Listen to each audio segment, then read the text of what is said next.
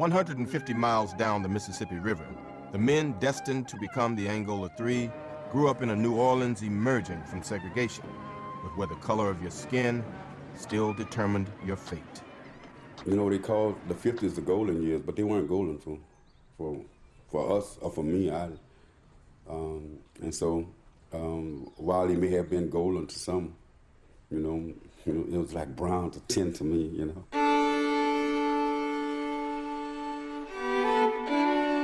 Because we lived in the shabbiest house on the block, you know. And we had to sort of kind of, you know, use buckets in places when it rained. We didn't have gas, so we used kerosene and oil and so forth.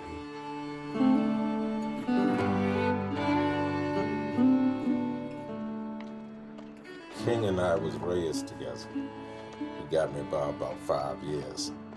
His backyard and my backyard used to meet. So like King was on Summer and I was on Hendy Street. There was a school that was right within 2 blocks from my house. Had all the amenities. Not only couldn't we go to that school, but we couldn't even go in that yard. That was an arresting offense, just for us to sneak in there. If they would catch us on one of those swings, we would go to jail. We actually feared the police. They call it cleaning the books.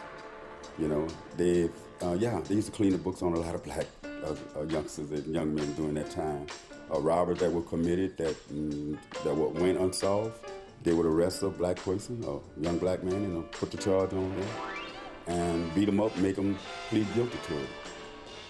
I used to see a police and really used to run. Then he would come back, and then the next time I saw him, he was in New Orleans police station. Oh, I ain't no angel. Never been an angel. It wasn't anything vicious, you know. I wasn't doing it, you know, anything that was dastardly or anything like that, but burglary or something like that, or, you know, a little theft, you know, walking in the store stealing something. Yeah, of course I did that. But I can say at the times in which I was arrested and sent to prison, it was something that I didn't do. The stuff that I did, you know, I got away with it. Maybe it was poetic justice, I don't know, but I didn't look at it like that. Herman Wallace was also finding himself on the wrong side of the law. I read about it in the newspaper. When I saw the name Herman Wallace, I go, wow, bank robbery, 9th Street magazine. So I knew the whole family, and he used to walk what we call pigeon-toed like this. So we called him Hooks. And this is how he had that name since he was a little kid. I was surprised because he wasn't the type of guy that would be in and out of the boys' home or locked down. He had minor problems just as the average youngster would have. I was buff, I was pretty, I was strong, I was dumb. I was just another petty criminal. I think I was kind of impressed with Herman because I think he had the audacity to rob a bank. You know, I had never got to that point. While Herman Wallace was facing a long sentence for his 1967 bank robbery, 20-year-old Albert Woodfox was not far behind him. Well, I actually got 2 years in the parish jail. Parish called Thibodeau, Louisiana. And was a long way from New Orleans, so I got homesick, lost from my mom, was poor, nobody was coming visiting me. So I ran off, you know. Stopped at this construction site to get some rest, and I climbed in a cement mixer, you know, and saw the keys in there.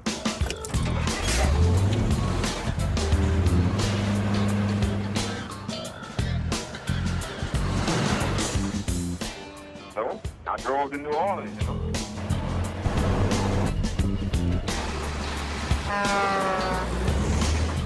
Well, you know I feel like a king. Yeah. As long as I was driving on the highway and stuff was no problem, you know. Yes, I do. Once I got to the city and I pull up to a stop sign, the police car pull on. They look up and see this young kid sitting in a big old cement truck, you know. So naturally, everything is out of place, you know. So they told me to pull over. I pulled over, jump out and ran. You know, they shot at me, and I got arrested the next day, you know. I think it was initially arrested for maybe suspicion of armed robbery, and then it was upgraded, you know, to armed robbery. And I was arrested not because I looked like the perpetrator or that I was a perpetrator. I was arrested because I had a record, and it was one lone black dude on the trial. He said not guilty, and one white dude said not guilty, and 10 other whites found me guilty. And I ended up getting 35 years. By the end of the 1960s, all three men had been convicted of separate armed robberies and faced decades in prison. But Albert Woodfox wasn't going to disappear without a struggle. Same day I went to court, they sentenced me to 50 years was the day I escaped. When I escaped from the courthouse in New Orleans, I eventually wound up in New York. Everyone knew about Harlem. It was there that I first observed the Black Panthers moving around the community, engaging people in conversations, selling newspapers and stuff like that. It was the first time in my life that I had ever saw African-American person exhibiting so much pride. I mean, you could virtually see the pride like a shimmering heat wave coming from these brothers and sisters who were in the Panther Party. The Black Panthers demanded social justice, and if white America wouldn't give it to them, they were prepared to seize it for themselves. This appealed to a generation of African Americans who had become disillusioned and angry by the lack of progress of the civil rights movement.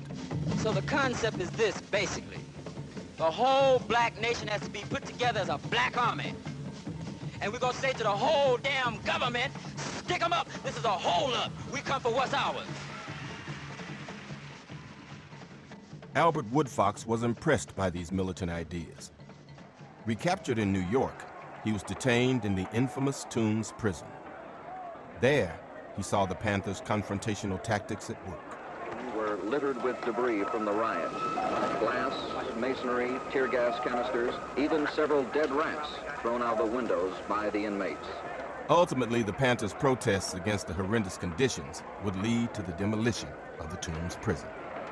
The people in New York, they had labeled me a militant because I was very boisterous about conditions and stuff. So when they shipped me out to New Orleans, militant automatically meant Panthers. Albert was sent back to the New Orleans Parish Prison.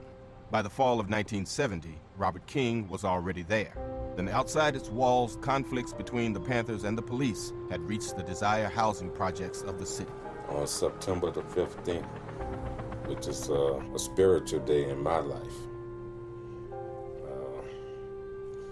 we had a shootout with the police. They shot Betty Toussaint. They shot her with a shotgun. It just so happened I witnessed the shootout because they had a television, but the television wasn't really for the guys in the cell. The television was really for the officer who guarded the still. And I heard that there was an important bulletin, and the interruption of the newscaster came on when they said that someone was in the house shooting it out with the police. I must admit, I really felt proud. The only thing I wish that I was in the house with them. And it was at that time that I really became an active member of the Black Panther Party. I mean, it was the first time that the Lions ever attacked a water hole, but now the wildebeest is not running. But they stood up and saying to the authorities that you cannot come in our community and destroy. We went from the streets of Desire to court to death row. All in one day. They told us we was on death row because they had told us we was going to execute all of us. Made sure that they allow us to see where the electric chair was going to be and a little like that. Malik was on C1, which is, C1 would be down on the other side, and it was known at that time as the Panther Tier. And it was there on that tier where my joining the Black Panther Party became a reality. Nothing could ever make me go back to being a petty criminal. The authorities hoped that they could neutralize the black militants in the parish prison by putting them together with prisoners they called black gangsters, men like Herman Wallace, who was also on the same prison tier in the fall of 1970. My first experience with Herman is I gave him my shoes. We was on our way to court, and I seen that he needed some shoes.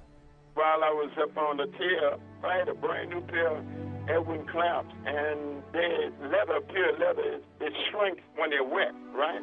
I asked him what size he wore. We wore the same size, so I gave him mine. He said, look like your shoes are pretty tight. And he took his up and gave him something and walked away without a response. That happened to be one of the days I go to court. My mother there. You know, and she, oh boy, the boy ain't got no shoes. You know, so I mean, it was a thing, but I knew